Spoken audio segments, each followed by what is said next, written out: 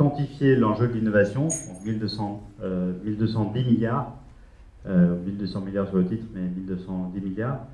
Qu'est-ce qu'on peut faire pour prendre cette valeur et faire de la France la Silicon Valley d'ici 2030?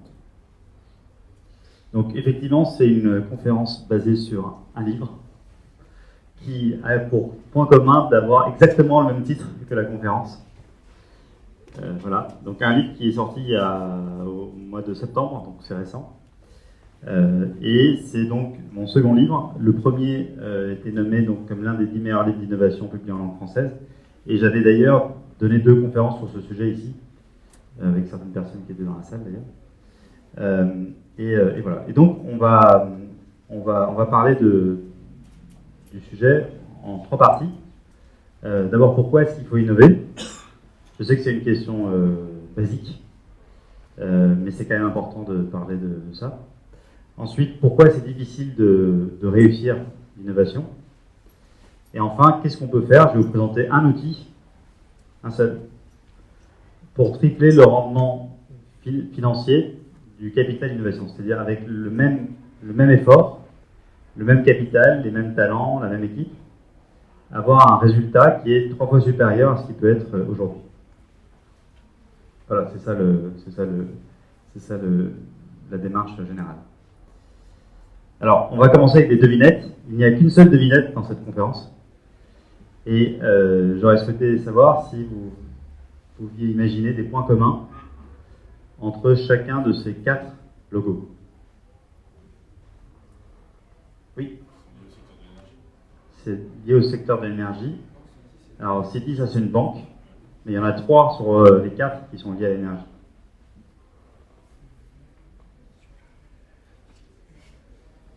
C'est super dur. En plus, c'est au pluriel, parce qu'il y a 2 points communs. Vous n'êtes pas tous des entreprises françaises? Effectivement, il n'y a pas une entreprise française. Ça, c'est. General Electric, oui, c'est américain, mais bon, effectivement, ils ont racheté Alstom. Ça, c'est américain, ça, c'est américain, et ça, c'est, je crois que c'est russe. Ouais, en fait. Non, mais c'est impossible. Hein. Donc, alors, moi, j'ai imaginé 2 points communs. En fait, je suis venu en vélo, et en faisant le vélo, j'ai trouvé un 3e point commun. Alors, on va commencer avec le point commun. C'est que ces entreprises qui sont nées à la belle époque, donc à la 2e révolution industrielle. Donc, c'est un système de centralisation des ressources, d'économie d'échelle, etc. On utilise l'électricité, le pétrole pour faire fonctionner l'économie. Et la banque distribue les capitaux de manière centralisée aux initiatives les plus prometteuses. Il y a 2 autres points communs. C'est qu'en 2006, ces 4 entreprises faisaient partie du top 5 des grandes capitalisations boursières en 2006. Et en 2016, 10 ans plus tard, elles en sont toutes éjectées. Et ça dit beaucoup de choses de notre époque. On peut avoir bâti des entreprises de plus d'1 siècle, qui ont dominé le XXe siècle, qui ont structuré le XXe siècle. Et en 10 ans, ces entreprises sont éjectées du top 5 des capitalisations boursières au profit de ces entreprises-là, qui ont elles aussi quelques points communs. Le fait d'être digital et le fait d'avoir un modèle économique qui est celui des plateformes. Et en fait, c'est très étonnant parce que ces 4 entreprises qu'on a vues au tout début, elles ont mis en place des stratégies de compétitivité. Donc, bon, j'en ai trouvé 8, mais je pense qu'on peut en trouver encore beaucoup plus que 8, qui sont des stratégies, si vous travaillez dans des entreprises comme celle-là, que vous avez vous-même mis en œuvre, et que vous avez peut-être même piloté, que vous avez même conçu ou imaginé, ensuite mis en œuvre, etc. Et en dépit de ce travail de compétitivité, eh bien, ces entreprises n'ont pas conservé le leadership entre guillemets actionnarial ou du point de vue de la valorisation boursière qui était celle dont elles jouissaient en 2006. Donc ça c'est la première raison pour laquelle il faut innover, c'est qu'aujourd'hui il y a visiblement un changement de la composition des entreprises qui sont le plus valorisées et celles qui l'étaient au XXe siècle ou jusqu'en 2006 qui ont structuré le XXe siècle ne sont plus celles qui sont les plus valorisées aujourd'hui en 2016-2018. La deuxième raison pour laquelle il faut innover, c'est qu'il se trouve que cette technologie digitale, on parlera desquelles un peu plus tard, vont créer 1210 milliards de dollars de valeur d'ici 2025. Donc 1210 milliards de dollars de valeur, donc c'est un chiffre important. Donc, moi, je n'ai pas l'habitude de parler dans des chiffres comme ça. Mais en tout cas, ça correspond à 47% du PIB français, 80% du chiffre d'affaires cumulé du CAC 40, et c'est 2 fois le chiffre d'affaires des GAFA. Donc ça, c'est ce qui va être créé d'ici 2025. Donc 2025, c'est un horizon qui est très court, étant donné les enjeux financiers évoqués. Alors les 7 technologies, donc on peut les décomposer selon comment la valeur est distribuée. C'est principalement l'industrie du futur. Donc ça, c'est des chiffres qui viennent de Goldman Sachs, et les définitions des mots que eux ils donnent aux termes ne sont pas forcément celles auxquelles, en tout cas pour moi, j'aurais imaginé. Donc je vais me permettre de définir parfois les termes. Par exemple, industrie du futur, c'est une combinaison du cloud et de l'Internet des objets avec une application en usine. Donc, je pense qu'il y a plein de gens technologues qui ne seraient pas d'accord avec cette définition, mais en tout cas, c'est cette définition-là qu'eux, ils choisissent dans leur rapport financier. Et ça, en fait, ça permet de créer de l'ordre de 470 milliards de création de valeur d'ici 2025. Ça revient à connecter l'ensemble de l'infrastructure industrielle des 4 acteurs qu'on a évoqués précédemment, General Electric, Gazprom et puis Citibank et d'autres. Donc, c'est connecter cette infrastructure industrielle à Internet. Donc, tous les objets connectés pour faire de la maintenance prédictive, etc. Donc, ça, c'est l'usine du futur. Ensuite, il y a l'intelligence artificielle, donc 200 milliards.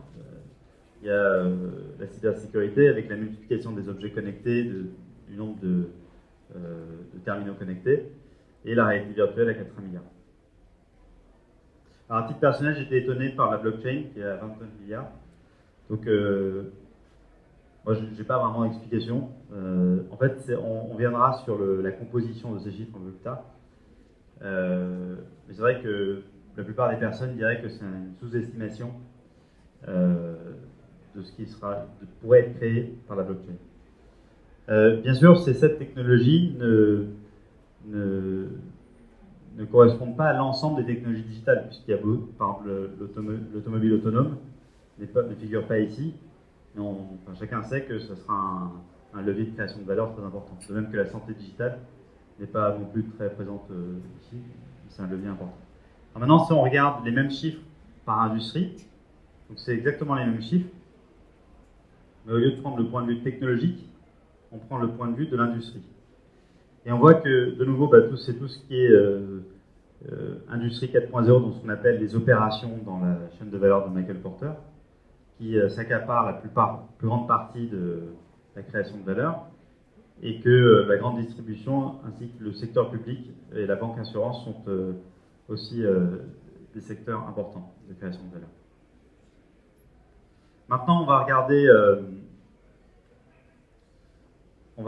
donc dans un de ces secteurs, en l'occurrence celui-ci, les cas d'usage. Parce que ce que j'ai oublié de vous dire, c'est que ces chiffres, on les obtient parce qu'ils ont identifié des cas d'usage qu'ils estiment être particulièrement prometteurs. En général, c'est des cas d'usage qui sont à plus d'1 milliard de dollars. Et pour chacun des cas d'usage, quand on additionne l'ensemble de tous les cas d'usage, donc il y a 69 cas d'usage répartis dans 10 industries, on en a parlé tout à l'heure, c'est celle-ci. Et dans cette technologie, ça fait un total de 1210 milliards de dollars d'ici 2025. Alors regardons quelques-uns des cas d'usage ici, puis peut-être qu'on regardera aussi la banque d'assurance. Donc il y a 7 cas d'usage qui devraient générer 132 milliards de dollars dans la grande distribution. On ne va pas pouvoir parler de tous en détail, mais tout simplement le fait que, comme vous savez, il y a un gaspillage très important dans la grande distribution, avec soit le fait qu'on commande trop de produits en magasin et on ne vend pas tout ce qu'on a. Il y a un gaspillage. Ou alors parfois, on ne commande pas assez.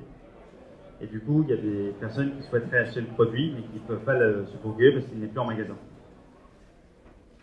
Donc là, il y a une double perte.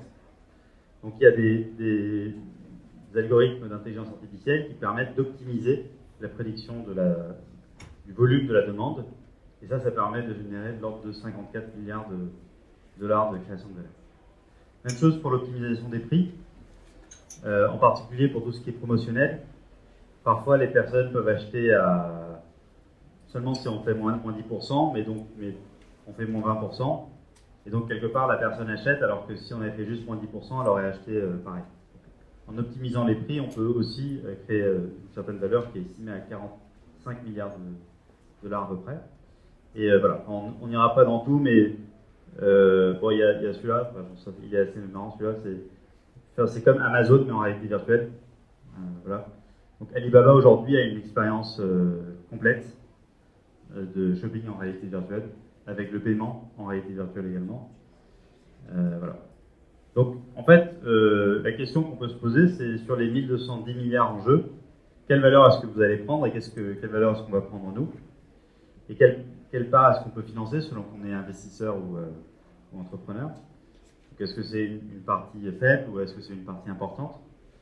J'ai pas fait le calcul et malheureusement j'ai pas les chiffres, mais sur la période 2000-2015, donc il y a eu, comme vous savez, les GAFA ont été créés, et je crois que la France a pris un pourcentage très faible de toute la valeur qui a été créée pendant cette période. Alors j'ai entendu 2%. Donc 2%, c'est beaucoup moins que notre PIB relatif au PIB mondial. Et donc, il y a peut-être un rattrapage à effectuer de ce point de vue-là.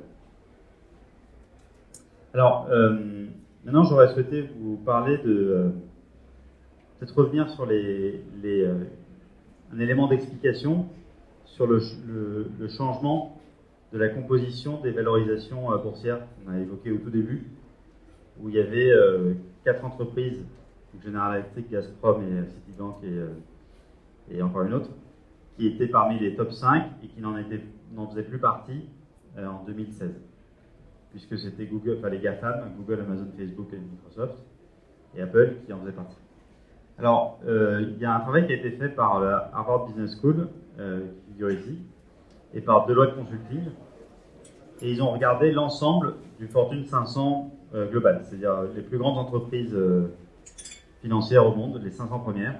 Il y en a 31 françaises parmi cette liste.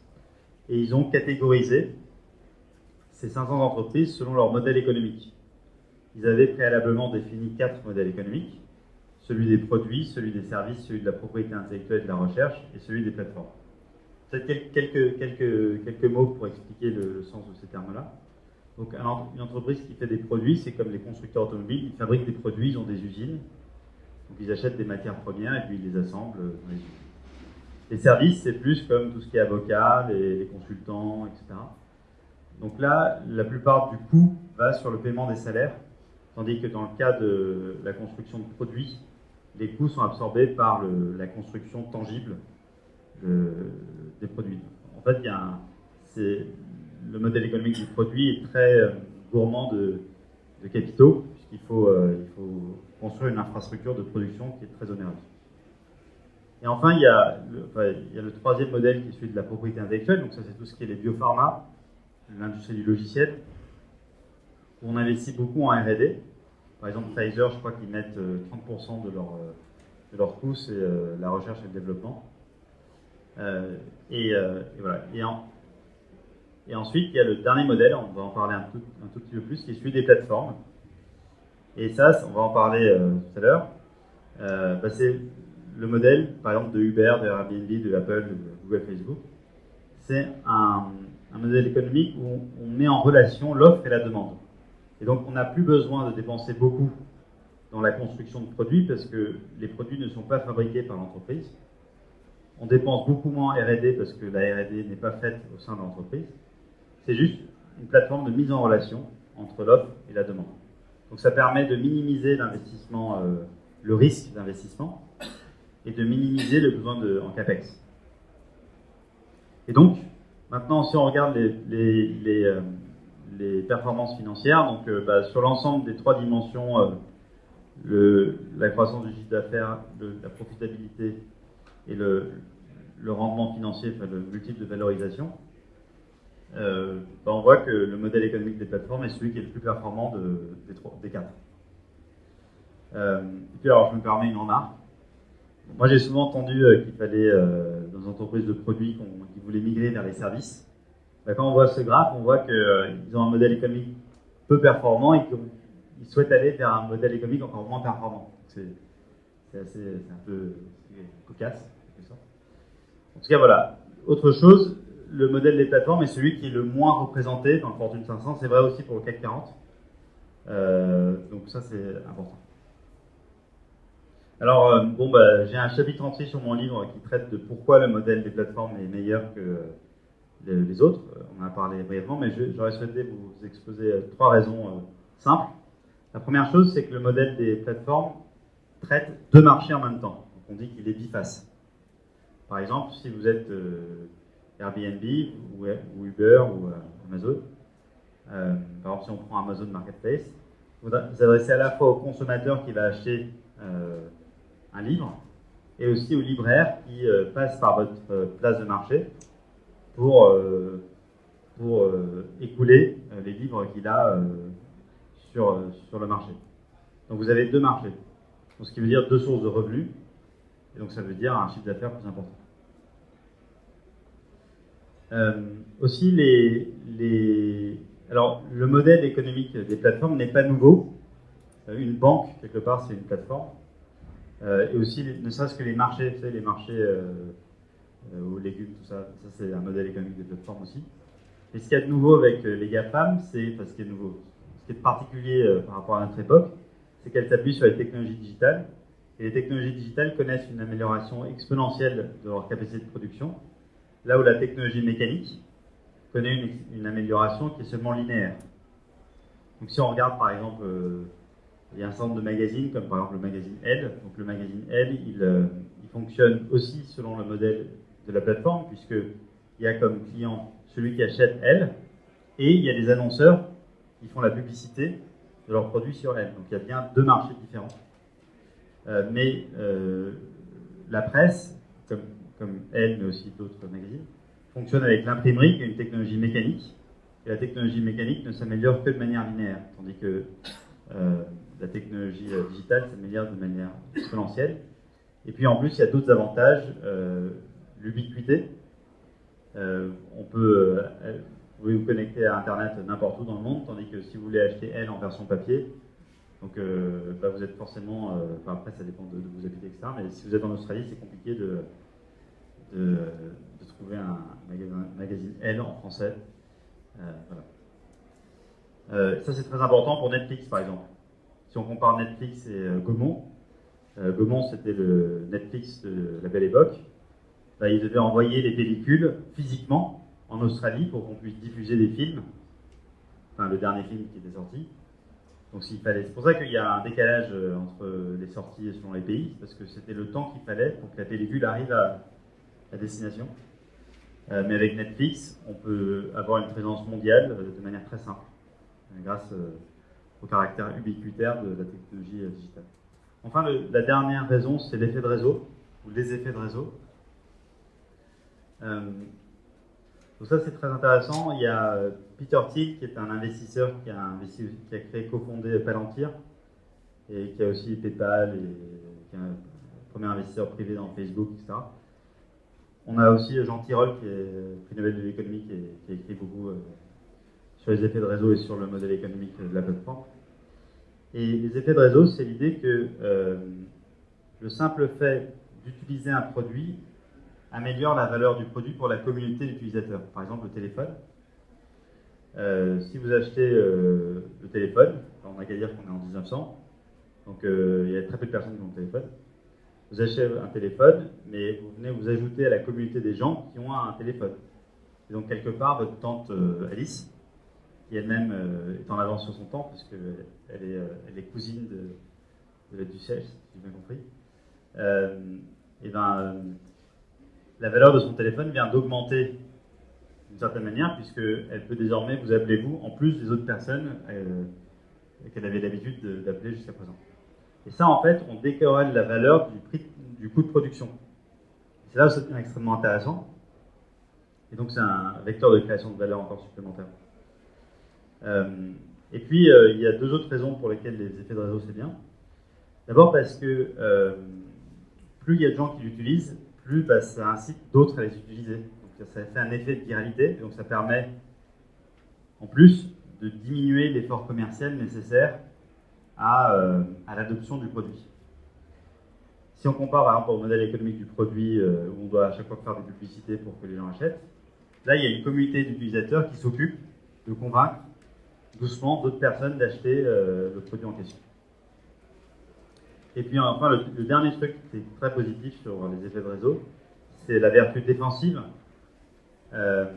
Si vous avez votre réseau de téléphone ou si vous êtes Facebook, le simple fait que vous avez créé une plateforme où il y a beaucoup d'utilisateurs, ça vous prémunit de la concurrence de quelqu'un qui va faire un Facebook bis ou d'un système téléphone bis. Donc ça, c'est tout l'intérêt du modèle économique des plateformes.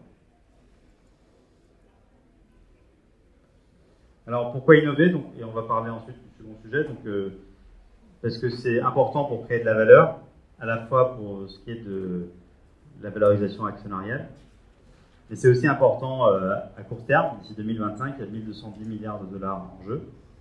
Et puis, réussir l'innovation, ça demande également de fonctionner selon un modèle économique, celui des plateformes, qui est plus performant à la fois en termes de profitabilité, de croissance et de valorisation financière.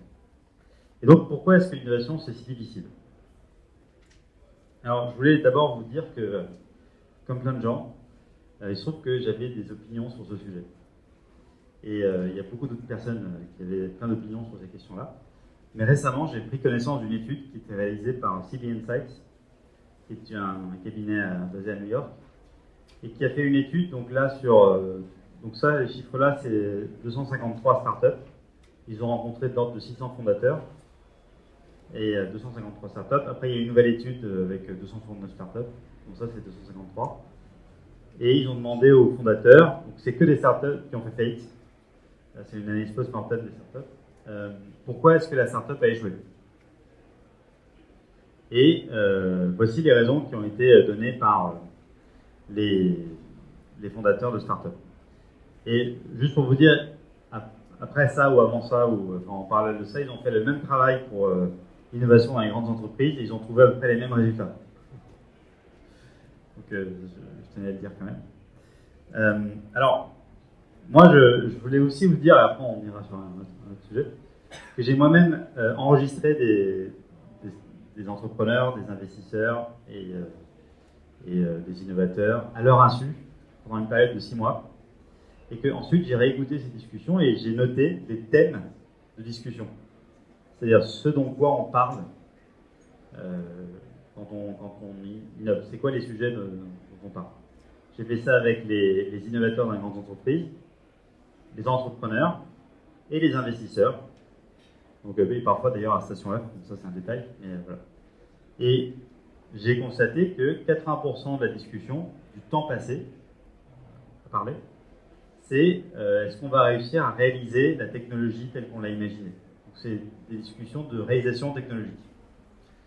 Or, vous aurez remarqué qu'il n'y a pas une des 20 raisons qui traitent des difficultés de réalisation technologique. Donc ça, c'est quand même important, parce que ça montre qu'il y a une mauvaise allocation de l'effort et du temps et de l'énergie, et qu'on parle de sujets en fait qui ne posent pas de problème. En tout cas, ça ne fait pas partie des raisons qui expliquent l'échec de l'innovation. Alors on dit souvent qu'il y a un manque de capitaux. Ça, on dit quand même ça très, très souvent. Et parfois on dit qu'il y a des problèmes de management ou que les gens n'arrivent pas à se parler, etc. On va chacune de ces raisons, si on prend chacune des raisons-là, on explique chacune que 15% des échecs de l'innovation. Et en fait, la raison principale, c'est que si l'innovation échoue, c'est parce que les innovateurs ne connaissent pas leurs clients, ils ne connaissent pas leur marché, et ils font des choses qui ne servent à rien. Alors c'est nouveau, donc c'est intéressant, mais ça ne sert à rien. Donc c'est des gens qui s'amusent entre eux, qui font des nouvelles technologies, qui développent la technologie parce que c'est très agréable, mais sans se poser la question de l'utilité de cette technologie pour le pour le client et de sa pertinence. Et en fait, si on arrivait à résoudre ce problème, eh bien, on pourrait augmenter de manière très significative la qualité de l'innovation et le rendement financier de l'innovation. Et en fait, je pense qu'on peut tripler l'efficacité de l'innovation. Donc, pour moi, l'efficacité, c'est un terme vaste. C'est le temps des gens, c'est le nombre de gens qui travaillent sur un projet déterminé, c'est l'énergie qu'on y met, c'est l'argent qu'on dépense, soit de manière directe, soit de manière indirecte. Et donc, quand je dis qu'on peut tripler l'efficacité, c'est l'efficacité de chacune de ces dimensions-là. Et en fait, je me suis beaucoup appuyé sur un monsieur qui s'appelle Alan Turing, qui figure ici, qui a créé un test, qui s'appelle le test de Turing. Donc, dans le test de Turing, donc c'est le père de l'informatique ou de l'intelligence artificielle. Et en 1951, je crois, il a créé un test qui s'appelle le test de Turing. Je ne sais pas si c'est 51 ou 53, j'oublie à chaque fois, mais bref. Et donc, le test de Turing, il avait créé donc une machine que vous connaissez peut-être qui s'appelle Christopher. Et donc, c'est une machine qui l'avait aidé à percer le système Enigma, voilà, c'est ça. Et donc là, il continuait, donc même après la fin de la Deuxième Guerre mondiale. Et donc, il disait, mais un jour, cette intelligence artificielle sera vraiment très très évoluée. Et comment est-ce qu'on pourra distinguer l'intelligence humaine de l'intelligence artificielle? Donc, ça amène à poser une question philosophique, c'est quoi l'intelligence? Donc ça, il ne voulait pas entrer là-dedans. Il a dit, on va prendre seulement un prisme purement comportemental, et on va dire que l'intelligence artificielle est l'égale de l'intelligence humaine si elle arrive à se faire passer pour elle. Il a imaginé un dispositif où il y a 3 salles. Dans une salle, il y a un jury, qui pourrait être nous. Dans une autre salle, mais on ne sait pas laquelle, il y a un ordinateur qui veut se faire passer pour un être humain. Et dans une 3e salle, il y a un être humain. Et on pose la même question aux deux, et sur la base des réponses, on cherche à distinguer, il est demandé au jury de distinguer où est l'intelligence artificielle et où est l'intelligence humaine. Et si l'intelligence artificielle arrive à duper le jury, pas juste une fois, mais un nombre important de fois, alors il n'y a pas exactement de chiffres, hein, mais par exemple 70% des fois, et on dit que l'intelligence artificielle a réussi le test. Et si elle n'y parvient pas, elle n'a pas réussi le test. Donc on pose plein de questions. Alors après, il y a eu, comme c'est quelque chose qui date d'il y a 70 ans, en 70 ans, on a fait des centaines et des centaines et des centaines de milliers de tests de Turing. Donc il y a plein de protocoles de réalisation différents parce que comme l'intelligence artificielle est assez faible, voilà, on a été obligé de restreindre les questions de manière très précise, etc. Et plus elle évolue, plus les questions deviennent libres. Et on peut poser des questions. Qu'est-ce que vous avez pensé du dernier match de foot? Qu'est-ce que vous avez ressenti? Comment est-ce que vous vous entendez avec votre famille? Etc., etc., etc. Et sur la base des réponses, on doit réussir à demander au jury de distinguer l'un de l'autre. Donc moi, j'ai créé le test Ben-Weiss, qui est exactement la même chose que le test de Turing. Sauf que là, on demande à l'innovateur de se faire passer pour son client. Et s'il arrive à duper le jury, donc il y a un jury de gens qui connaissent à peu près le sujet, etc., sur un nombre important de fois sur le quotidien du client, sur les problèmes du client, sur les outils qu'il utilise aujourd'hui, les produits qu'il utilise aujourd'hui, si l'innovateur arrive à duper le jury, alors on dit qu'il connaît son client. S'il n'y arrive pas, on dit qu'il ne le connaît pas. Et là, on a au moins une preuve tangible, vérifiable et falsifiable. Alors c'est très important parce que moi, il se trouve que parfois je dis que ma carrière, c'est 12 ans à vendre des produits invendables. Et en fait, une fois qu'on a dit ça, et une fois qu'on rapporte à sa hiérarchie que le produit développé, en fait, il est invendable, les gens ne savent pas comment réagir. Alors souvent, ils disent il n'a pas compris notre génie technologique et tout ça. C'est peut-être le cas. Et après, on peut dire mais on ne connaît pas, on comprend pas bien le client, le marché, etc. Mais une fois qu'on a dit ça, qu'est-ce qu'on fait en fait? C'est-à-dire, une fois qu'il a accepté par tous qu'on ne connaît pas assez bien le client, qu'est-ce qu'on fait? On peut dire on peut payer des voyages à plein de gens pour aller rencontrer les clients. Mais ça se trouve, la personne n'est pas en voyage, elle a fermé les yeux pendant tout le voyage, elle n'a rien appris. C'est pas parce que vous avez une exposition opérationnelle au client pendant une durée longue que vous le connaissez. Et en fait, vous avez toutes les études marketing auxquelles je ne crois absolument pas, parce que c'est non falsifiable. C'est une information qui n'est pas contredire. C'est-à-dire que c'est un peu comme une sorte d'astrologie appliquée au monde des affaires. Tout est à la fois vrai et faux en même temps, on ne comprend pas très bien. Et on a besoin d'une information dans le marketing qui soit vraie ou fausse. C'est binaire, quelque chose comme là le jury peut distinguer le client de l'innovateur, il y arrive ou il n'y arrive pas, c'est vrai ou c'est faux. Et ça, c'est que quand on dit ensuite, quand quelqu'un dit « je connais mon client », on peut le vérifier tout de suite. Et on n'entre pas dans des différents procès d'intimidation qu'il peut parfois y avoir. Moi, j'avais fait cette conférence aussi devant une vingtaine de directeurs généraux dans la banque. Et au début, bon, moi, je connais très très peu de choses à la banque. Donc, on m'avait dit « oui, mais nous, on connaît la banque depuis 25 ans, on fait toute notre vie là dans la banque, la famille, les coussins, tout le monde, etc. » Donc, j'ai dit, c'est super, parce que l'un d'entre vous aimerait faire le test. Donc, voilà, il y a une personne qui s'est levée, puis il y a d'autres personnes qui ont été jurées. Et en fait, en faisant 4 questions en 7 minutes, on a réussi à distinguer le DG de banque qui avait fait 25 ans de banque d'un client. Et ça, c'est pas personnel, c'est juste factuel, c'est binaire. Et donc l'innovation qu'il avait dépensé 30 millions pour acheter une start-up, cet investissement-là, en fait, si l'objet c'était de résoudre le problème précis qu'il avait identifié, c'était non pertinent. Et là, en fait, quand on fait ça, ce qui est important, c'est que c'est pas personnel. Même si c'est un peu dur de dire ce que je viens de dire, c'est objectif. Voilà. Et c'est ça qui manque dans le marketing et dans l'innovation, c'est une référence à la réalité. Et c'est ça qui fait que la technologie fonctionne et qu'elle ne fait pas partie des raisons pour lesquelles l'innovation échoue.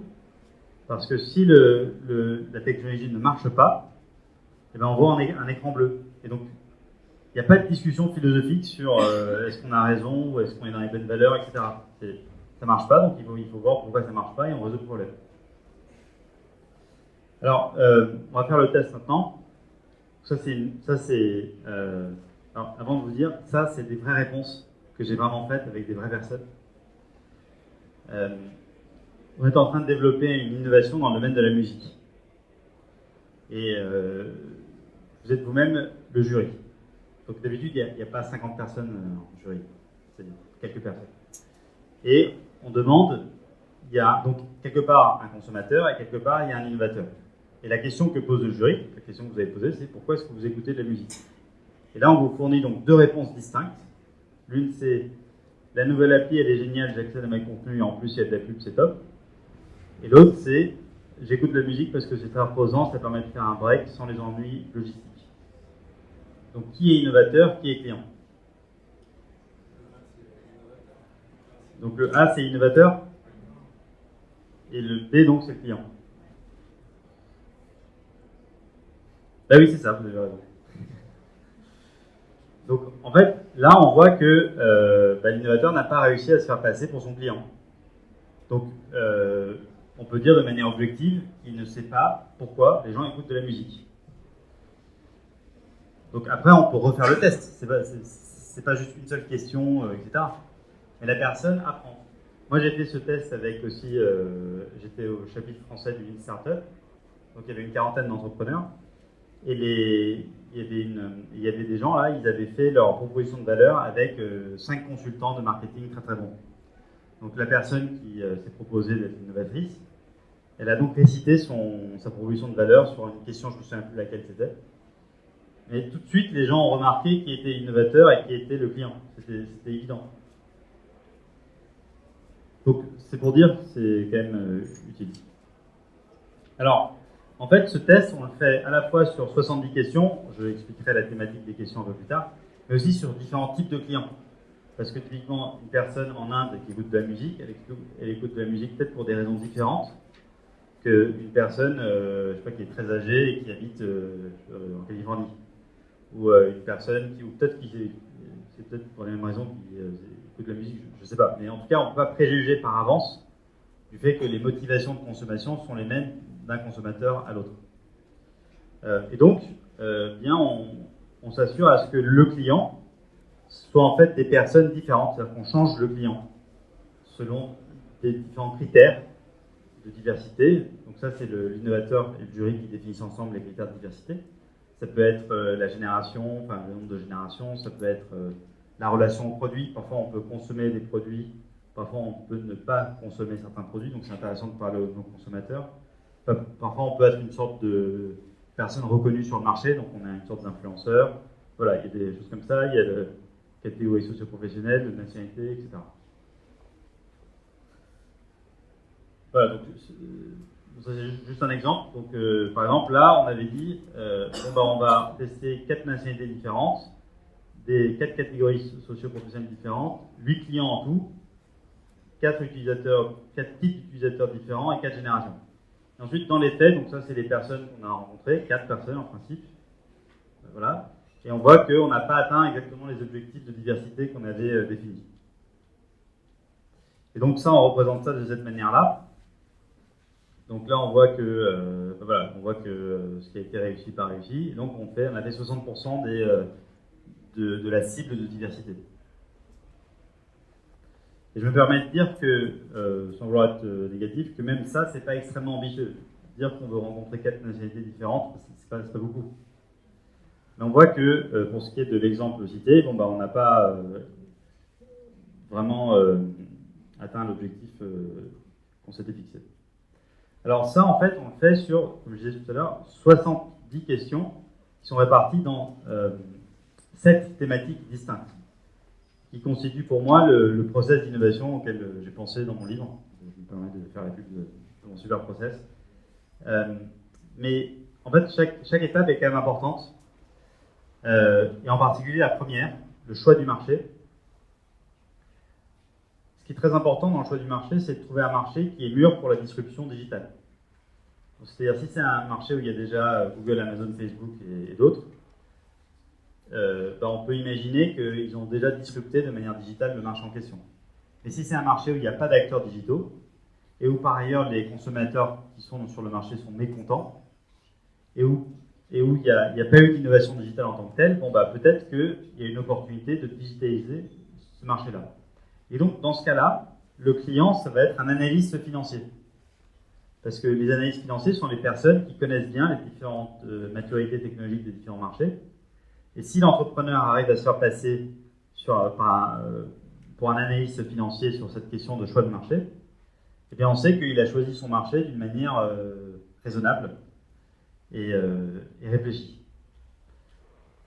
C'est important parce que moi, en fait, souvent, ce que je vois quand même, c'est qu'on ne s'est même pas posé la question de pourquoi on allait sur tel ou tel marché, de manière macroéconomique. Ensuite, un marché, c'est des gens, des individus. Donc, c'est des gens qui utilisent des produits qui existent et et ils dépensent un certain budget pour ces produits. Par exemple, dans le domaine de la musique, j'avais fait des calculs aux États-Unis, les gens dépensent $20 par an sur la musique, ce qui est une chute énorme par rapport à ce qu'on dépensait en 1970, où c'était l'ordre de 20% toutes les dépenses de loisirs allaient au domaine musical. Mais donc, il faut connaître le budget de son client, les différents produits qu'il consomme, etc. Ensuite, il faut trouver un problème avec les produits qu'utilise le client. Parce que si s'il est très content avec tout ce qu'il a, s'il y a des réachats très fréquents, s'il y a des achats d'accessoires aussi en grand nombre, etc., c'est compliqué. Alors peut-être que s'il y a beaucoup de pirates ou s'il y a beaucoup de non-consommateurs, ça c'est un indice qu'il y a peut-être un problème avec l'offre produit existante. Ensuite, l'innovation, elle vise à améliorer l'expérience d'utilisation du client.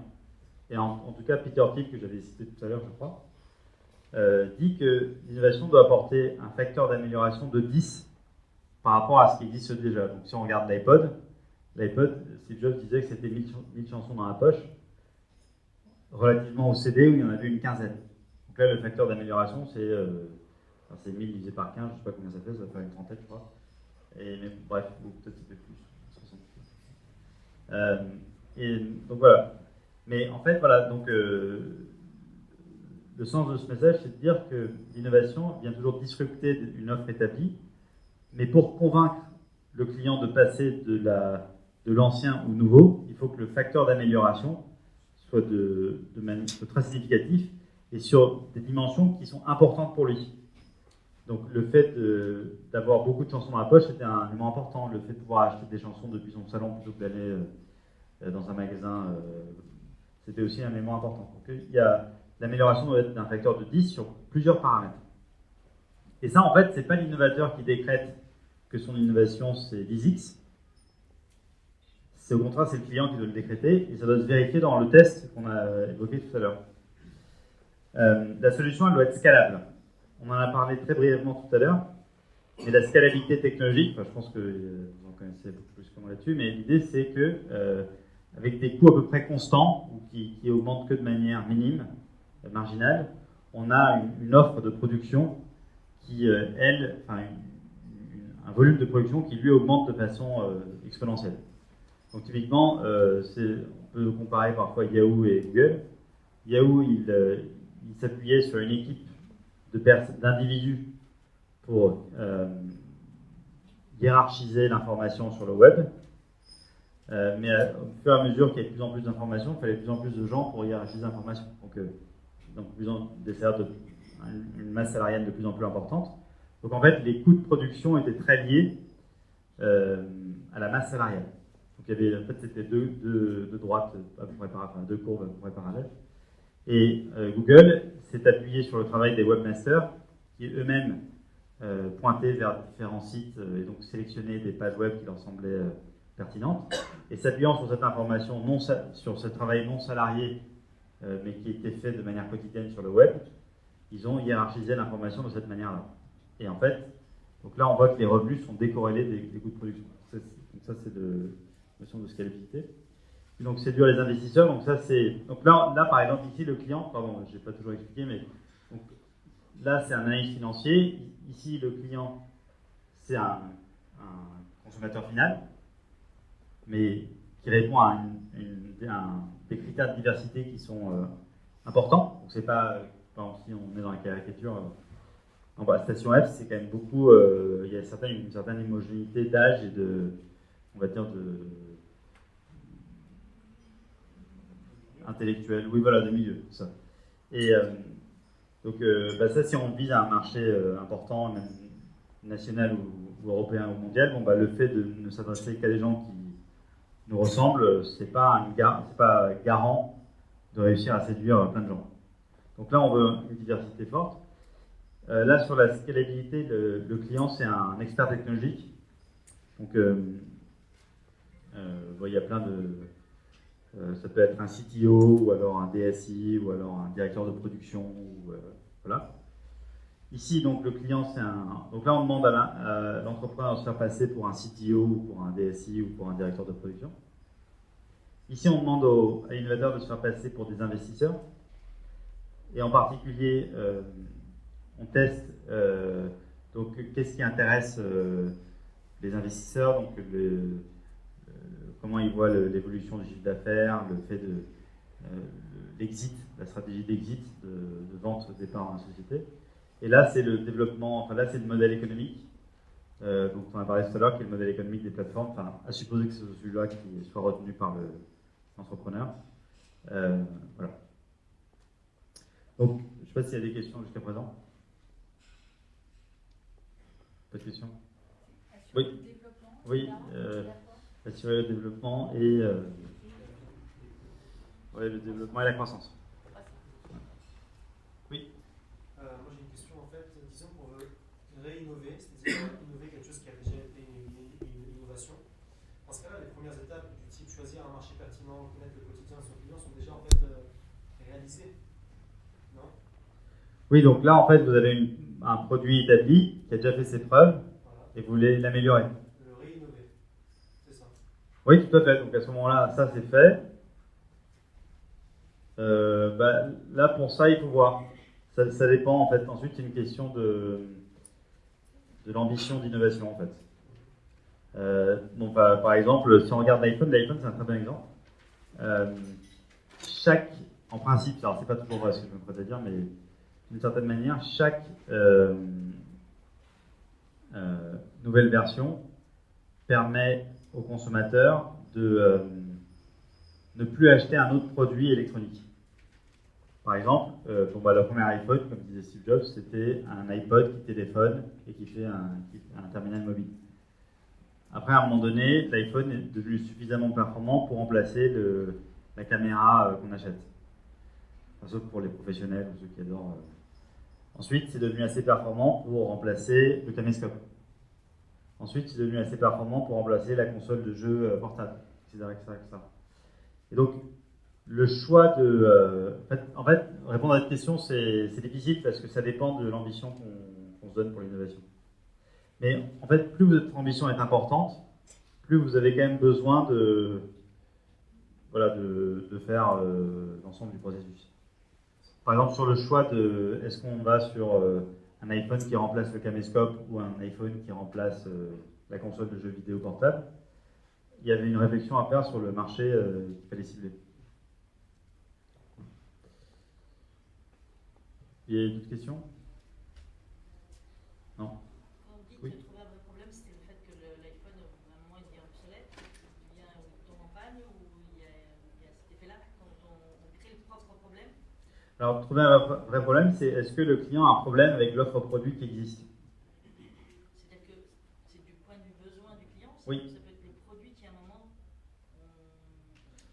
Ça peut être les deux, mais là, en fait, donc là, on part du principe qu'il y a des produits qui sont établis, et l'innovateur, il va faire de nouveau des produits qui n'existent pas, mais qui vont les remplacer. Donc, effectivement, les produits qui existent, ils peuvent avoir des problèmes de dysfonctionnement. Par exemple, tout le monde se moque de l'iPhone parce que la batterie est très mauvaise. Enfin, Huawei, il distribue des batteries gratuites quand les iPhones sortent. C'est une manière de se moquer de l'iPhone et de sa capacité de batterie. Mais bon, c'est un exemple. Mais il y a d'autres exemples comme ça. Mais en fait, l'idée du problème, c'est est-ce que le client est mécontent de l'offre produit qui existe dans l'offre produit qu'il utilise quotidiennement. Et on peut pas imaginer une solution quand il n'y a pas un problème préalablement. Parce que sinon, on explique un tiers des échecs d'innovation de fait de ne pas comprendre le marché. Alors, donc moi j'ai mené ces tests.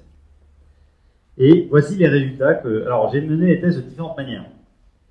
D'abord, j'ai mené les tests où on demande... En fait, tout à l'heure, je vous ai dit que c'était un innovateur. En fait, c'est les innovateurs. On met les innovateurs ensemble dans une salle. Donc, par exemple, 3. Un client et le jury. Donc, on donne un avantage cognitif aux innovateurs parce qu'on les met ensemble. C'est 3 cerveaux contre 1. Donc, en principe, voilà. Mais si ça ne marche pas, en général, ça ne marche jamais. Donc, les taux de réussite, c'est 15%. C'est-à-dire... Seulement dans 15% des cas, les innovateurs arrivent à se faire passer pour leurs clients. Donc une question sur 7 ou sur 6.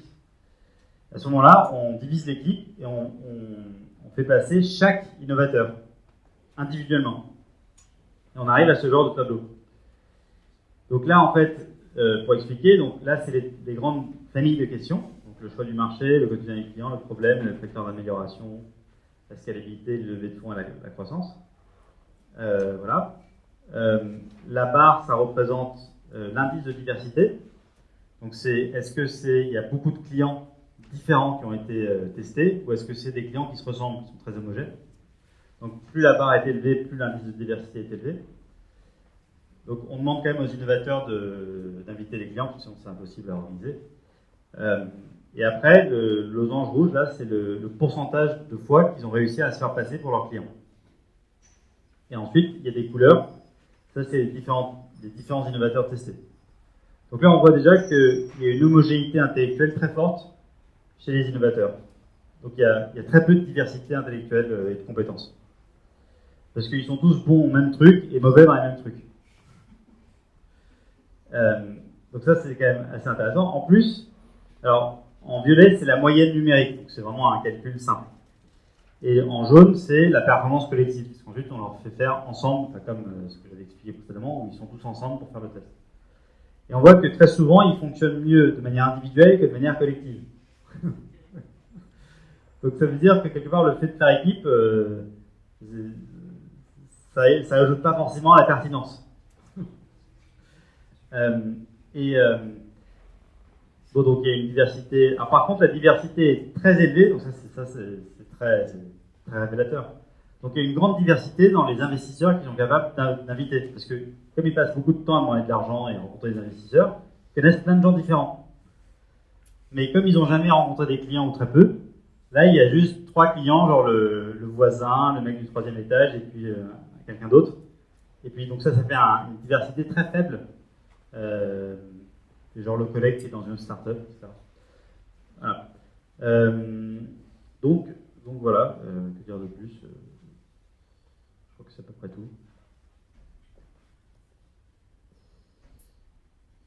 Voilà, donc une fois qu'on fait ça, donc, ça c'était l'analyse de risque présentée initialement. Et bien, on peut tester tout ce qui apparaît en vert, c'est-à-dire 2/3 des raisons qui expliquent l'échec de l'innovation. Donc 2/3 des raisons qui expliquent l'échec de l'innovation, on peut le tester de la manière que je vous ai expliqué tout à l'heure. C'est-à-dire d'une manière falsifiable, expérimentale, où on n'est plus dans un discours de croyance, où il y a des histoires d'influences diverses, d'autorité, etc. Là, on est vraiment sur quelque chose de binaire, c'est-à-dire que la personne réussit ou pas à se faire passer pour son client, on arrive à savoir s'il y a ou pas un problème avec l'offre produit qui existe, ce qui permettrait de savoir s'il y a un marché ou pas, etc. Voilà, donc on arrive au terme de mon propos. L'innovation, c'est très important parce qu'il y a 1210 milliards de dollars en jeu d'ici 2025, donc un horizon d'investissement qui est de moyen terme. Ça recompose complètement la valorisation financière des entreprises, y compris celles qui ont été créées il y a plus d'un siècle.